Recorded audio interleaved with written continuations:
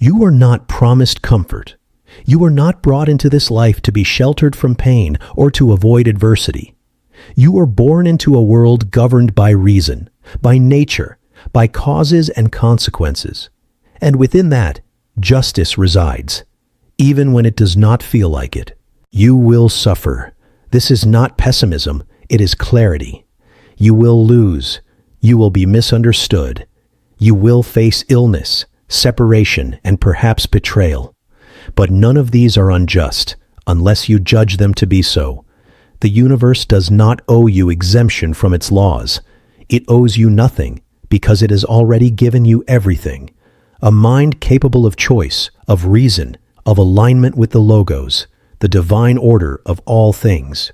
If you would only look deeper, you would see even what hurts you is not your enemy.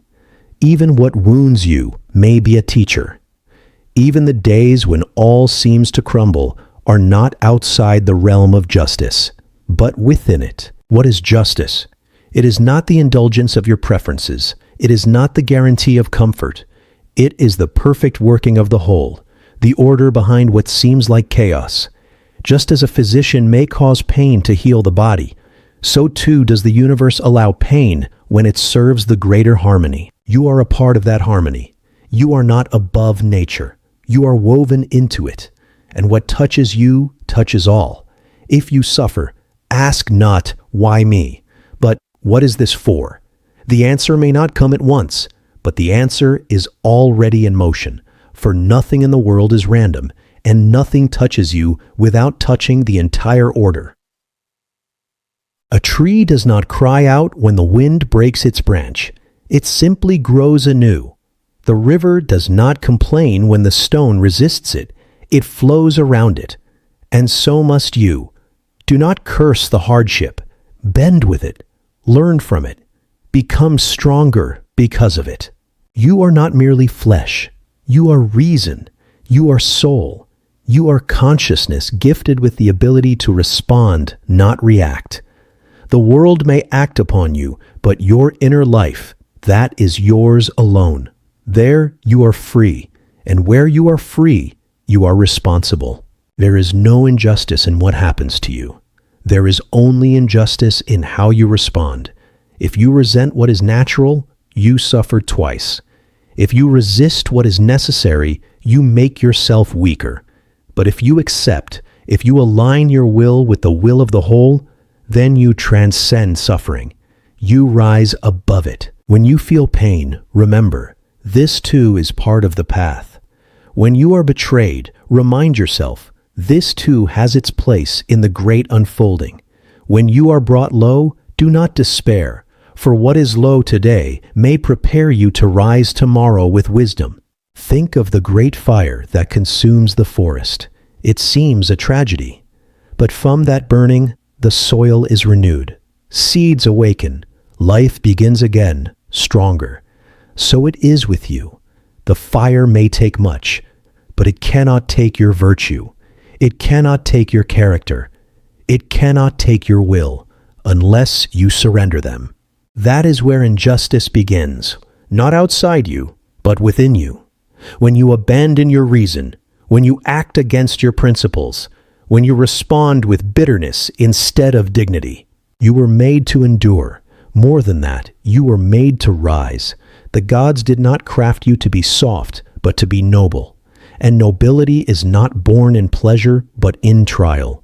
The storm reveals the strength of the ship. So too do difficulties reveal your strength or your weakness. The choice is yours. There are those who are broken by hardship, and there are those who are forged by it.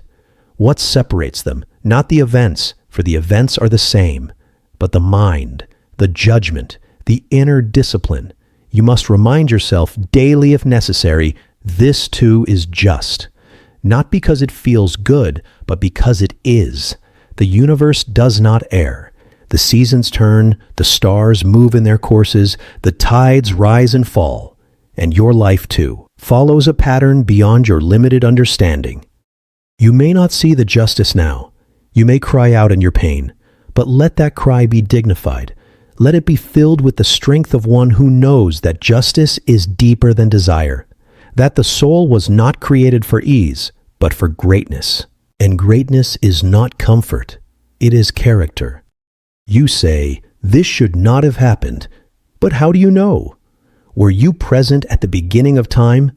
Do you see the strands of fate as the gods do? No. So then trust, endure, and if you must speak, let your words be worthy of a philosopher, not a child. I did not choose this. No, but you were chosen for it. By what? By reason, by nature, by the eternal order. So choose now to meet it with dignity. Choose to find your strength within it. Choose to be just, even in the face of what feels unjust. And you will discover, with time, that everything that has happened was preparing you. Not for ease, but for understanding. Not for applause, but for peace. Not for success in the world's terms, but for wisdom, the rarest prize of all. So, my friend, stand tall, even when your knees tremble. Speak truth, even when your voice shakes. Act with virtue, even when you are afraid. That is justice, lived from the inside out. And never forget, the world does not determine your worth. Events do not define you. Only your response does. If you meet what comes with grace, with strength, with honor, then you live as one aligned with the gods. Then you walk the path of the Stoic, and that, above all, is just.